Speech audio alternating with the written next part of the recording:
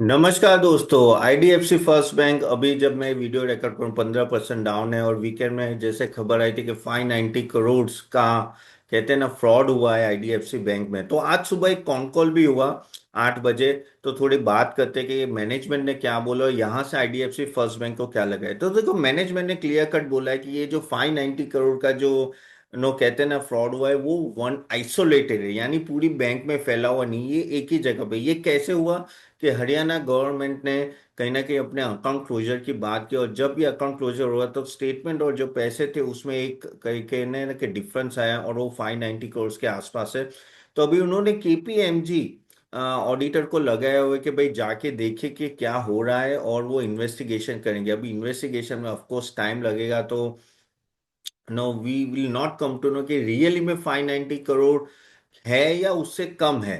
ऊपर से क्या ये कवर्ड है, क्या इसमें से रिकवरी आएगी नहीं आएगी वो भी हमें पता नहीं है। कि पूरा प्रोसेस तो बिगन हुआ है, और उन्होंने कुछ 4 एम्प्लॉयज को सस्पेंड करके क्रिमिनल एक्टिविटी करके वो इन्वेस्टिगेशन चालू हुआ है।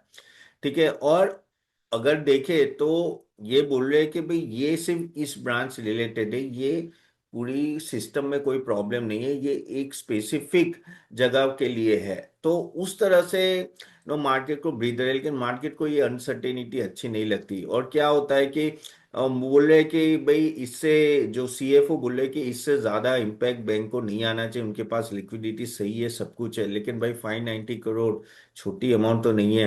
कुछ 420 करोड़ के आसपास तो उनकी प्रॉफिटेबिलिटी थी। एक काम करते हैं, थोड़ा डिटेल में जाके देखते हैं इसके बारे में। मैं आपको स्क्रीन ओपन कर लेता हूँ। By the way guys, thank you very much. जो हमने लास्ट वीक जो स्मॉल केस लॉन्च किया, बेसिकली स्ट्रक्चर पोर्टफोलियो लॉन्च किया है, तो उसके लिए बहुत ही अच्छा रिस्पॉन्स आया है। 300 रुपीज में वो पोर्टफोलियो स्टार्ट हो रहा है, जिससे आपका डायरेक्टली डीमेट अकाउंट में नो शेयर्स आ जाएंगे। तो आप नहीं देखा है तो मैं लिंक दे दूंगा, जरूर उसको क्लिक करके देखिए, जिससे आपका स्ट्रक्चर पोर्टफोलियो बन पाए। तो चलिए, अगर हम लोग बात करें कि 590 करोड़ की मैं बात कर रहा था, जैसे अभी देखिए इनका प्रॉफिटेबिलिटी कितना होता है। क्वार्टर टू क्वार्टर 348, 479 करोड़, यानी 590, यानी एक क्वार्टर से भी ज्यादा का पूरा प्रॉफिट वाइप ऑफ हो सकता है। ठीक है। और इससे प्रॉब्लम यही होती है कि इमेज के डायरेक्टली प्रॉब्लम है। अब देखिए कि अभी जब ये रिकवर देखो 15% डाउन है, 71 रुपीज आ गया है। ठीक है। और प्रॉब्लम क्या आती है आईडीएफसी फर्स्ट बैंक की, काफी टाइम से यही प्रॉब्लम थी कि काफी कंपेयर टू अदर बैंक्स ये अंडर परफॉर्म कर रहा था। बातें बड़ी बड़ी होती थी, एमडी बड़े थे, बातें बड़ी बड़ी होती थी, उनका एमडी का तो बहुत बड़ा नाम है, लेकिन वो रिजल्ट में नहीं दिख रहा था। आप देखिए थे, अगर आप देखे तो आरओई आप देखिए, तो आरओई ऑलमोस्ट इतने टाइम के बाद भी 4.21 के आसपास घूम रहा है। ठीक है। अगर आप देखेंगे आरओसी 6.22, आरओसी तो सॉरी नहीं थे, आरओए देखिए 4.46 है, यानी बहुत ही कम है, बहुत ही कम है। What this does it show? It shows के समहाउ कंपनी ने उस तरह से परफॉर्म नहीं कर पा रहे जिस तरह से करना चाहिए। अगर आप देखो आरओए, अगर आप देखें अच्छी अच्छी HDFC bank 1.74, to ICICI bank 2.18, 1.7, यानी ये 0.46, ये बोल रहे थे कि 1 के ऊपर आरओए जाएंगे, ये काफी टाइम से बोल रहे थे, और बोल रहे थे 2-3 क्वार्टर में होगा। लास्ट क्वार्टर रिजल्ट थोड़ा ठीक भी आया था, लेकिन somehow consistently they are not able to performing. दो रेशियो हमेशा देखने, एक तो आरओई 4.21 और आरओए, ये बहुत ही कम है कंपेयर टू बेंचमार्क। आप देखिए आरओई भी बाकी सब बैंक के ऑलमोस्ट 15 से ज्यादा है।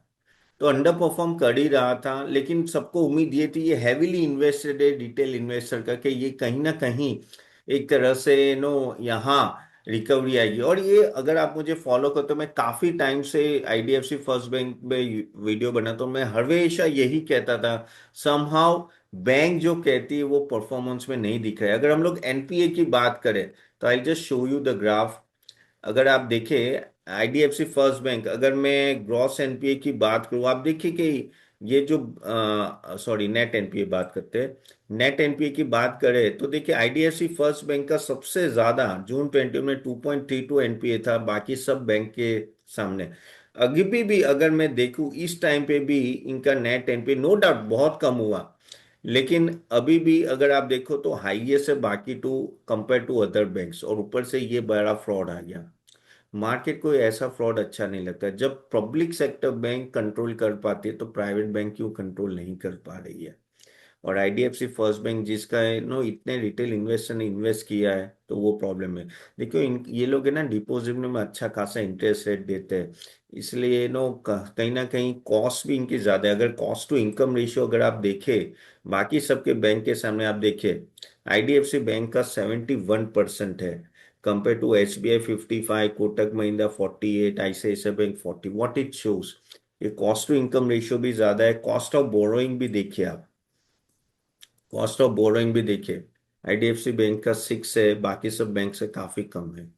और ये मैं कंसिस्टेंटली आपको बोलते जा रहा हूँ कितने टाइम्स हो कि रेशियो देखो, ये मुझे पता नहीं था कि ये फ्रॉड होने वाला है समहाउ। लेकिन अगर आप देखें तो ओवर द टाइम काफी टाइम से ये सब रेशियोज आए, that shows there is a stress in the bank, जो अभी भी रिकवर नहीं। ऊपर से अभी क्या हुआ, अभी ये जो 590 करोड़ का ये जो भी बोल रहे हैं, अभी इन्वेस्टिगेशन होगा, अभी इसमें से 400 करोड़ आते हैं, 500 करोड़ आते हैं या 200 करोड़ जो भी है, लेकिन रेप्यूटेशन चली जाती है। जब bank Nifty all time high touch करे, जब बाकी सब बैंक्स इतना अच्छा कर रही है, तो ये बैंक क्यों परफॉर्म नहीं कर पा रहा है। और बहुत ही बड़ा क्वेश्चन मार्क आ जाता है मैनेजमेंट पे। इनके एमडी का, इनके एमडी के सभी इतने बड़े फॉलोवर्स है, लेकिन कहीं ना कहीं परफॉर्म नहीं किया। मेरे हिसाब से तो टोटल फेलियर है। This is not expected with the private bank. और ये तो हरियाणा गवर्नमेंट ने बोला कि भाई अकाउंट क्लोज करो। ईयू बैंक का भी बात आई थी, ईयू बैंक को भी में से भी क्लोज करने की बात थी, लेकिन ईयू बैंक में कोई फ्रॉड नहीं है, लेकिन आईडीएफसी फर्स्ट बैंक में फ्रॉड आ गया। Now this is a big thing, this is a big thing. और मैं तो यहां तक बोलूंगा गाइस, कभी भी मैनेजमेंट में अगर प्रॉब्लम आ जाए, ऐसे एनपीएस आ जाए, तो वैसे बैंक में हाथ मत डाला करो। आप देखिए इंडसइंड बैंक का क्या हुआ, अभी तक इंडसइंड बैंक ऊपर नहीं आ पाया है। ठीक है। और पास में भी हमने देखा है ये, डायरेक्ट मैं सेल नहीं बोल रहा हूँ, अगर प्लीज अपना रिसर्च करके इन्वेस्ट कीजिएगा। लेकिन हमारे स्मॉल केस में भी, हमारे मॉडल पोर्टफोलियो में भी कहीं भी ये आईडीएफसी फर्स्ट बैंक नहीं, ना तो हमने कभी रेकमेंड किया है। लेकिन एक चीज मैं बोलना चाहता हूँ कि you have to be very very careful. और ऐसे जब इंसिडेंट होते हैं तो बैंक को चांस मत दो। चांस, बहुत अच्छे अच्छे बैंक्स अवेलेबल है। देखो मैं बाय हार्ट आपको बोल रहा हूँ, क्योंकि यहाँ फंसते हैं तो लंबे फंसते हैं, लंबा चलता है, आपको पता नहीं अंदर और क्या है। अभी केपीएमजी ऑडिट करेगी, क्या आएगा हमें पता नहीं है, कितना मैस है अंदर बुक्स में हमें पता नहीं है।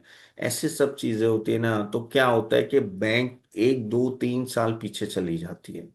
And this is what you have to keep in mind. So और ऐसे ही 15% नहीं गिरा है, अच्छा खासा स्टॉक गिरा है, that means market is also taking note of it. So please be careful. और मेरे हिसाब से तो दूर रहो तो वो आपके लिए बेटर है। That is what my call is. Again please research करके इन्वेस्ट कीजिएगा। चले मैं आपके कुछ क्वेश्चंस ले लेता हूँ, बहुत सारे क्वेश्चंस आए थे। और हाँ, स्मॉल केस रिलेटेड भी आए थे हमारे स्ट्रक्चर पोर्टफोलियो के, तो वो मैं क्वेश्चन ले लेता हूँ। आपके कोई क्वेश्चन है तो कमेंट बॉक्स में जरूर डालिएगा। सो पहला क्वेश्चन है Manjari Nagi 8323, sir if you want to invest on our own stock you recommend buy. हाँ, आप स्मॉल देखिए, मैं हमारा जो स्ट्रक्चर पोर्टफोलियो है वो स्मॉल केस में, तो ऐसा जरूरी नहीं है कि आपको वही फॉलो करना है। आप हमारे काफी लोग जो हमारे स्ट्रक्चर पोर्टफोलियो को एनरोल किए, 300 रुपीज पर मंथ का ही है सिर्फ। ओके, तो उसमें आप इन्वेस्ट कीजिए और खुद का भी आप इन्वेस्ट कर सकते हो, अपने डीमेट अकाउंट में कर सकते हो। कोई ऐसा है नहीं कि आप नहीं कर सकते। ठीक है। चलिए, और एक 1 मिनट। जयंतीलाल नाहर 9400 बोल रहे हैं, सर सभी सेक्टर तो डाउन है, पोर्टफोलियो लॉस है, देख सर क्या करें अभी। वह जयंतीलाल क्या बोलूं, अभी सही में बोल रहे हो कि काफी सारे सेक्टर डाउन है। बैंक्स थोड़ा चल रहा है, लेकिन आज बैंक में भी प्रॉब्लम आ गया। लेकिन ओवरऑल देखो, ये एक टाइम होता है कि आपको कहीं ना कहीं एक्यूमुलेट करने का स्टॉक। सो मेरे हिसाब से अच्छा टाइम है, धीरे धीरे एक्यूमुलेट कीजिए। I am over the time I think things will recover. जो इंडिया यूएस का जो चल रहा है ट्रेड डील का, अभी वो देखिए कि अभी ये जो नया ट्रम्प साहब ने बोला है कि 15%, 10% का 15% कहते हैं, तो 15% पे है, प्लस 3.5% जो पहले लगता है, तो 18 18.5 के आसपास है। तो मार्केट कहीं ना कहीं ये पचा लेगा, मार्केट नोज दैट। सो मेरे हिसाब से लॉन्ग टर्म के लिए डालिए, शॉर्ट टर्म में तो आपको भी पता नहीं चलेगा कि क्या होने वाला है। लेकिन long term this is a time to accumulate the stock. लेकिन डोमेस्टिक पे फोकस कीजिए, जहाँ होटल्स हो, हॉस्पिटल्स हो, कैपिटल गुड्स हो, एनबीएफसी बैंक्स, बैंक्स में आईडीएफसी फर्स्ट बैंक को मिस कर देना। लेकिन कहीं ना कहीं डोमेस्टिक सेक्टर काफी अच्छा परफॉर्म है, तो वहां फोकस कीजिए। Uh, uh, Amendra Bomik 8896, why not technology over industry do not have foresight. 100% वो बोल रहे कि एआई का मैंने एक वीडियो बनाया था कि जिसमें हम लोग बहुत पीछे रह चुके हैं, तो बात सही है। फोरसाइट नहीं थी, एआई आ रहा है। हमारे इंडस्ट्री को क्या लग रहा था, टीसीएस, इन्फोसिस, एचएल के, हाँ भाई उनको दिख रहा था, उनको 10 साल से पता है कि एआई आ रहा है, एआई धीरे धीरे बड़ा हो रहा है। लेकिन उनको लगता है कि एक लोकल ट्रेन है, धीरे धीरे आएगी, फिर हम लोग देख लेंगे, जब पास आएगी तब देख लेंगे। लेकिन ये निकली बुलेट ट्रेन, इतनी फास्ट है कि इनको भी पता नहीं चला, और अभी डैमेज कंट्रोल कर रहे हैं, लेकिन डैमेज कंट्रोल में अभी बहुत पीछे रह गया है। अभी ये कोलैबोरेशन करे, लेकिन बहुत अच्छा खासा इम्पैक्ट है। इसलिए हम हमारे कोई भी मॉडल पोर्टफोलियो में हमने कभी भी आईटी स्टॉक्स नहीं लिए पिछले 1 साल से, और जो थे वो भी बेच दिए। रीजन वही था कि मुझे लग रहा है कि इम्पैक्ट बड़ा है, 1.5 2 साल किसी कंपनी को पता नहीं चलेगा कि कहाँ जा रहा है। Don't try to do a bottom fishing, let it get settle. आपको पता नहीं है कहाँ जाके रुकेगा। मैं ऐसा नहीं बोलूँ कि यहाँ से 40% स्टॉक गिर जाएंगे, नहीं, लेकिन ये कंसोलिडेट हो सकते हैं, यहीं वहीं घूमेंगे, ज्यादा अपटिक नहीं होगा। और फिर बाद में हमें देखना है भाई कौन से स्टॉक इसमें से रियली में, एक कहते हैं ना कि एक बड़ा रिटर्न दे सके, या तो एक रिकवरी आएगी, तो टाइम लगेगा। लेकिन बात मानता हूँ, हमारे सब जो कंपनीज है ना कहीं बाय बैक और उसमें माने, यानी प्रोमोटर्स थे ना, उनकी जेब उनको भरनी थी। और टीसीएस का तो क्या था, टाटा सन्स है, तो उनके लिए ये कैश मशीन थी। 80% डिविडेंड वहीं से आ रहा था, तो वो कैसे जाने देंगे, तो इसलिए वो इन्वेस्टमेंट नहीं कर रहे थे। So that is the thing, मानना पड़ेगा, वो तो है। फिर और एक क्वेश्चन लेते हैं। Dilip net Dilip tech world Canada 8489, sir lemon tree hotel कैसा है? लेमन ट्री होटल अच्छा है। और ओवरऑल अगर लेमन ट्री की बात भी करें तो नो, इनका डीमर्जर हो रहा है, तो वो भी एक बोनस पॉइंट है। तो I think yes, lemon tree hospitality अच्छा करेगा। और आई थिंक आगे जाके होटल्स काम भी अच्छा करेंगे, तो यस, मेरे हिसाब से तो वो, I think that is a good stock. ठीक है। चलिए दूसरा एक क्वेश्चन लेते हैं। आपके क्वेश्चन जरूर कमेंट बॉक्स में डालेगा। विवेकम जैन 498, सर मार्केट खुलने पे संभाव ऊपर खुलने की संभावना है। और हाँ देखिए, जो ये न्यूज आई है, तो एक तरह से ट्रम्प के पावर थोड़े कम हुए हैं, उसमें कोई डाउट नहीं है। तो लेट्स सी आगे जाके क्या होता है। लेकिन 5 महीने में उनको वो कहते हैं ना कि ये जो 15% का है, वो रेगुलेशन उनको पास भी कराना पड़ेगा कांग्रेस में। अभी वो करा पा रहे हैं कि नहीं करा पा रहे, वो भी देखना पड़ेगा। तो ओवरऑल नेट मार्केट के लिए पॉजिटिव है। आईडीएफसी फर्स्ट बैंक अभी भी 17% डाउन है, जब मैं ये बोल रहा, तो ऑफ कोर्स काफी काफी सारी चीजें हो रही है। ठीक है। 1 मिनट, और एक क्वेश्चन ले लेते हैं, लास्ट क्वेश्चन ले लेते हैं। 1 मिनट सर। संजीव नेगी 8132 बोले, सर मेरे पास विप्रो है, लॉस में चल रहा हूँ, क्या करूँ? यार मैं तो इतना पॉजिटिव नहीं हूँ। Wipro Wipro is an under performer over the time, तो मेरे हिसाब से थोड़ा केयरफुली डील कीजिए। आईटी इंडस्ट्री में अभी भी बहुत सारे इश्यूज है, तो वो सब ध्यान के रखिए, मेरे हिसाब से दूर रहो तो ही बेटर है। चले यहाँ तक रखते हैं guys, so thank you very much. And next time मिलते हैं, आपके क्वेश्चन जरूर डालेगा, और हमारे स्ट्रक्चर पोर्टफोलियो को जाके जरूर देखिएगा। मैंने लिंक नीचे दे दी, हमारी कस्टमर टीम को भी कॉल कॉल कर सकते हो, मैंने नंबर भी दिया है। ठीक है। सी यू देन, बाय।